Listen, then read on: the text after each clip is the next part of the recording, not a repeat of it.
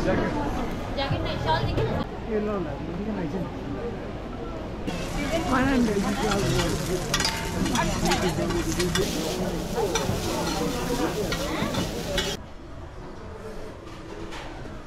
যে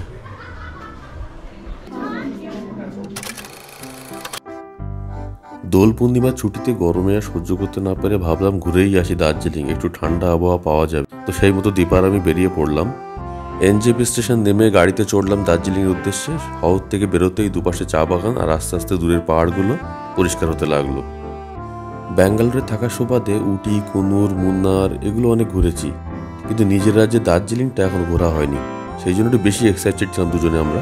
ওয়েদার একটু মেঘলা ছিল, কিন্তু আমাদের কি, আমরা তো ছুটি কাটাতে গেছি, গরমটা যাতে না পাই। কাশিয়াং, কালিম্পং, দার্জিলিং এগুলো তো অন্যদের ভ্লগ এবং অন্যদের পোস্টে দেখে এসেছি। তো আজ যখন যাচ্ছে একটু বেশি আনন্দ হচ্ছিল। টয় ট্রেনের লাইন দেখা মাত্রই মনে হচ্ছিল যদি একবার দেখা পেতাম, আর ভাবতে ভাবতেই সামনে এসে হাজির।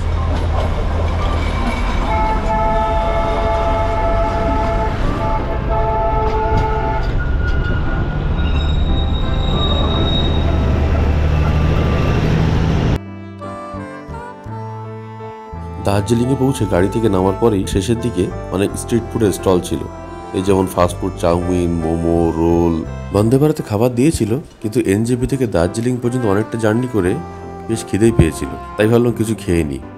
নতুন জায়গা, নতুন খাবার, আর এমনিতেই দার্জিলিং মোমোর অনেক নাম শুনেছি এর আগেও। আর আমাদের কাছে ঘোরা মানে হাওয়া বদল নয়, সাথে খাওয়া বদলও।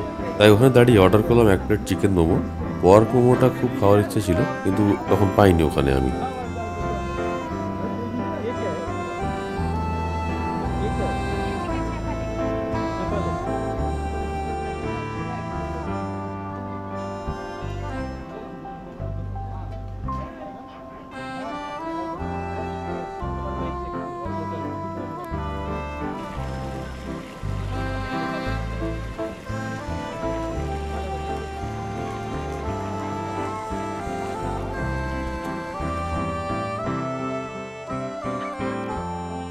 দারুণ ঠান্ডা ছিল তখন, মানে স্টিম থেকে জাস্ট বের করে দেওয়া মোমো ধোয়া উঠছে, কিন্তু খাওয়ার সময় মনেই হচ্ছে না যেটা গরম, এতটা ঠান্ডা বাইরে থেকে ফিল করছিলাম।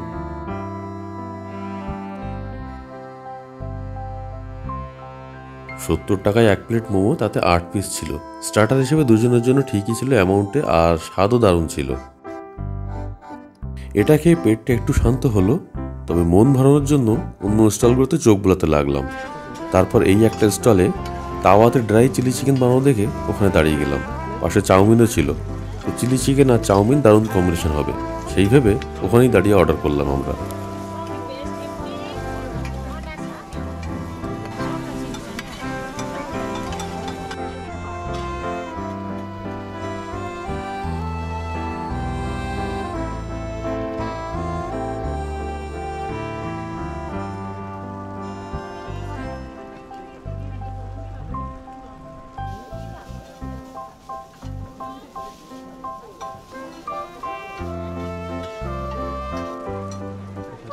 জেনারেলি আমি চিকেন সস বা চিলি সস প্রেফার করি না, কিন্তু কিছু বলে ওঠার আগেই সাজিয়ে হাতে দিয়ে দিল।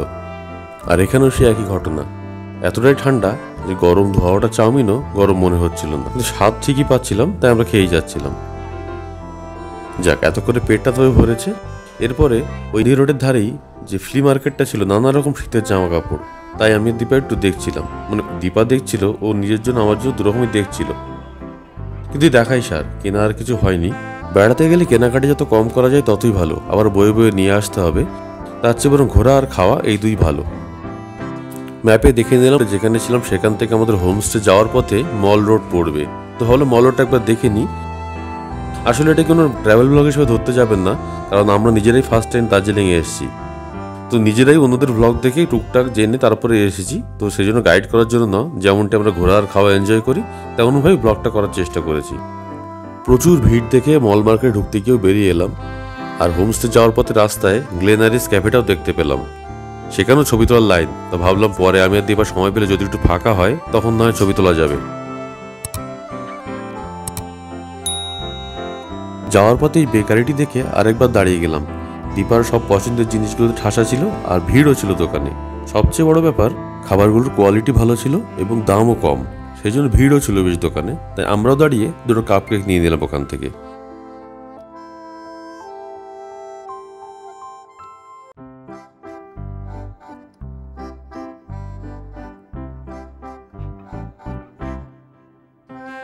হোমস্টেতে পৌঁছে ছোট্ট এক নতুন বন্ধুর সাথে দেখা। এর নাম কোকো। আদর খেতে ভীষণ পছন্দ করে আর দারুণ ড্রামাবাজ।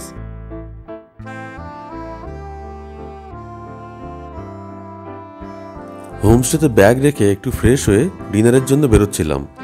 আর বাইরে ছিল দোল পূর্ণিমার চাঁদ।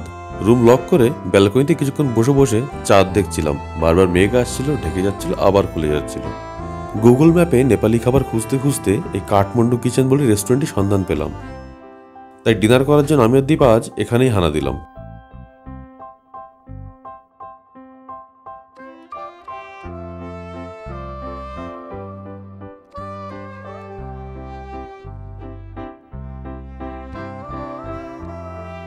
দীপা মেনু কার্ড দেখে ঠিক করছিল কি কি খাবে। আমি যদিও আগে থেকে বলে দিয়েছি আমি পর্ক ট্রাই করব। তোর মেনু কার্ড দেখার সময় আমি টুকটাক এদিক ওদিক ঘুরে দেখছিলাম। রেস্টুরেন্টটি খুবই ছোট, তবে সাজানো গোছানো। নেপালের গ্রামের কিচেনগুলো যেমন হয় তারই আদলে একটি কিচেন সাজিয়ে রেখে দিয়েছে ওখানে ওরা। ये सेक्वा बारबेक्यू टाइप रहेगा और ये छोला स्पाइसी लवर के लिए है और ये सादे को पे नेपाली स्पाइसेस लगा के मैरिनेट किया जाता है और ये चिकन चिल्ली थाली ये नॉर्मल चिल्ली टाइप का रहेगा। तो मतलब थाली में यहाँ से चूज करना पड़ेगा जी। और ये ये यहाँ पर जो है ना आपका थाली आपका वेज का भी सेम रहेगा, नॉन वेज का भी सेम रहेगा। तो দীপা অর্ডার করেছিল চিকেন কারি থালি আর আমি করেছিলাম পর্ক সেকুয়া থালি। থালিটা একই, শুধু আলাদা করে চিকেন কারি আর পর্ক সেকুয়া দেওয়া হয়েছিল। আর সাথে খাওয়ার জন্য গরম জল, কারণ প্রচণ্ড ঠান্ডাও ছিল ওখানে।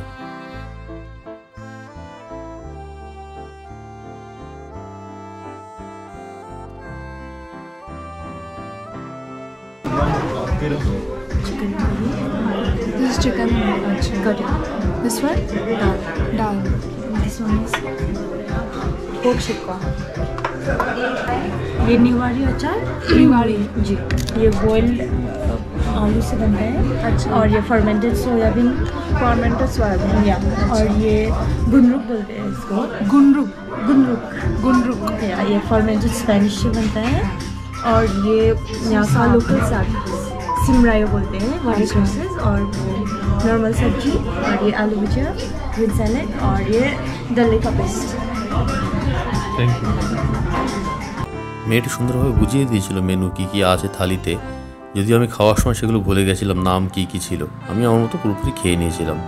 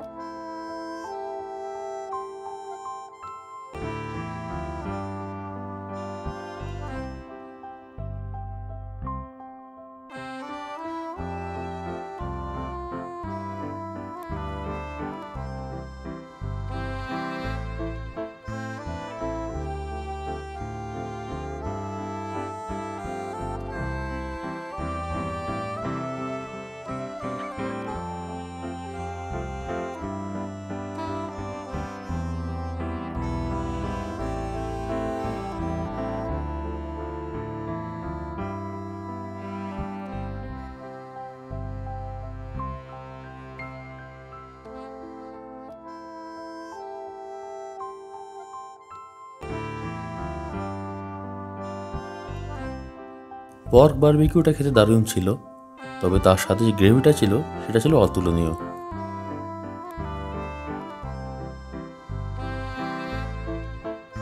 যাই হোক, ডিনারে নেপালি খাবারের সাথে সাথে প্রথম দিনটি এভাবেই শেষ হলো।